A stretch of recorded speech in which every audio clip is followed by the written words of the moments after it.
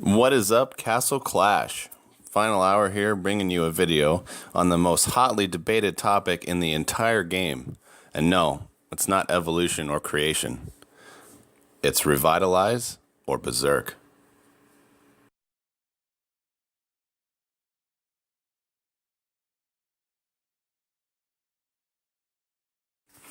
So let's jump right into it with some HBM waves.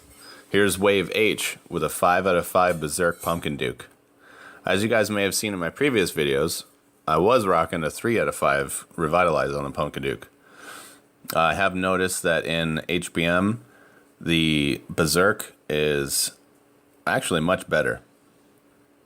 As you can see here, the waves, they really don't even get into my base. I do have a math breakdown at the end of each of these HBMs, the comparisons, just to show how many procs, how many times the Pumpkin Duke is able to proc with a Berserk versus a Revitalize. And the results they're pretty cool. You'll see that the Berserk is I actually favor Berserk in HBM, hands down. Now the reasons why are because you're actually getting a little more DPS out of him. The overall DPS formula equates to more. His basic attacks are firing off quicker, and you also get more procs. And for the Pumpkin Duke in particular, more procs equals more victory.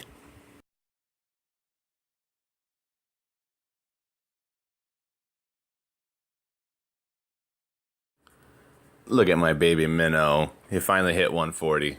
As soon as I upgrade my Druid to 9-star, I will be taking Minnow up to 8-star. Alright, so here we have the first breakdown. You actually get 2.64 procs from the Pumpkin Duke per wave when you're running 5 out of 5 Berserk.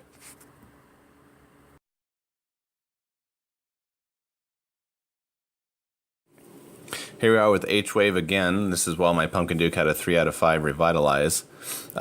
Take into consideration how much longer each wave lasts, and just how many more troops and heroes are able to get into on the insides of my base and actually deal damage to the buildings. I do have this sped up to 4 times the normal speed, just so you guys don't have to sit through more HBMs. I know I have a lot of videos on HBMs, but it was actually pretty interesting to see the difference in how long these waves took. And you can really see on H4 that has all ground units, all of them make it past. I mean, there's 50 or some Savage Ogres that make it into one of my gold mines, and the only reason they didn't take it was because of the Minotaur proc. So it's really interesting to see just how fast a Pumpkin Duke with 5 out of 5 Berserk increases these waves. And here on H5 you can see I thought it was over. They really took, the dragons obviously deal intense damage, and as soon as they destroy that first unit, whatever they're targeted on, the heroes will target your heroes.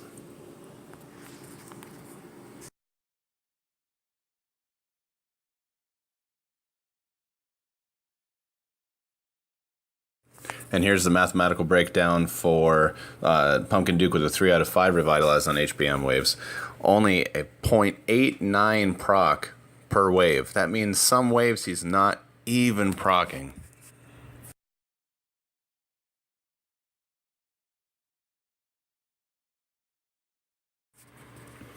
Here we have some Dungeon 8 Skull 13 runs with a 3 out of 5 Revitalized Pumpkin Duke, where I have found the average to be a speedy 12 seconds, with a low side being 11, high 10s.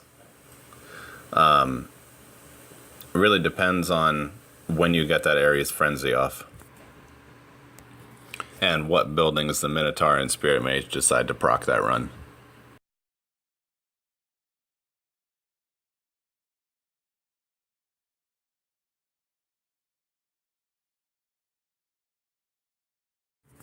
Okay guys, now we have what I like to call the breaking point for the 5 out of 5 Berserk Pumpkin Duke. It's the arena. But if you check out this first video, I think I handled pretty well. That 5 out of 5 Berserk came in really handy against this friggin' assassin.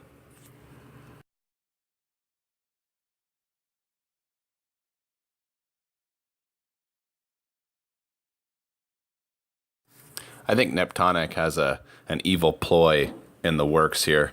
That assassin, that's got to be something great. Now here in the second of my runs, you can see where that 5 out of 5 Berserk Pumpkin Duke fails, and that's head-to-head combat in a single lane. He doesn't manage to get a proc off, and that equals my heroes being much less worthy than Crom's. So I choose to run on the bottom lane, open, against Crom, and you guys can see the difference here. I actually come out with a victory. Pumpkin Duke with a 5 out of 5 Berserk will actually proc at the same time a 3 out of 5 Revitalize will. Fun fact.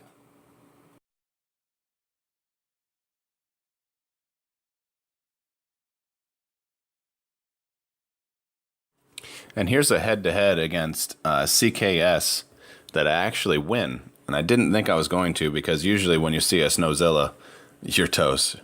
But my Pumpkin Duke does manage to proc, and my Thunder God managed to get an early proc off, and he only has a 3 out of 5 Revitalize, so I believe he saved the day. But in any event, this is still a pretty cool run for a head-to-head with a 5 out of 5.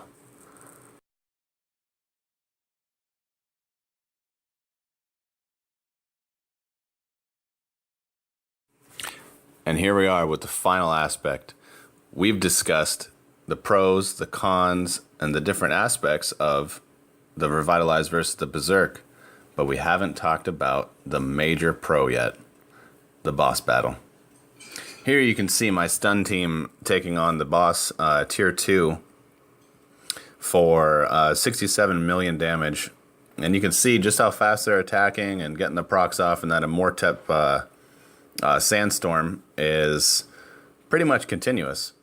And in between those, you have my Heavy Blow champion dealing his stuns, and Snowzilla there for the damage.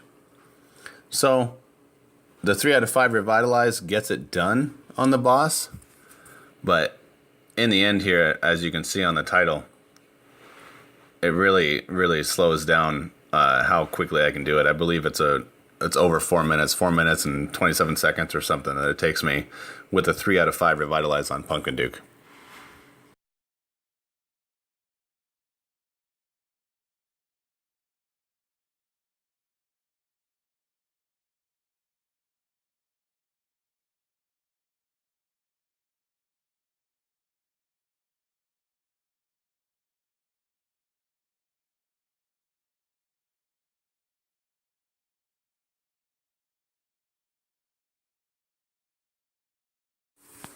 And here's tier 2 with a 5 out of 5 Berserk.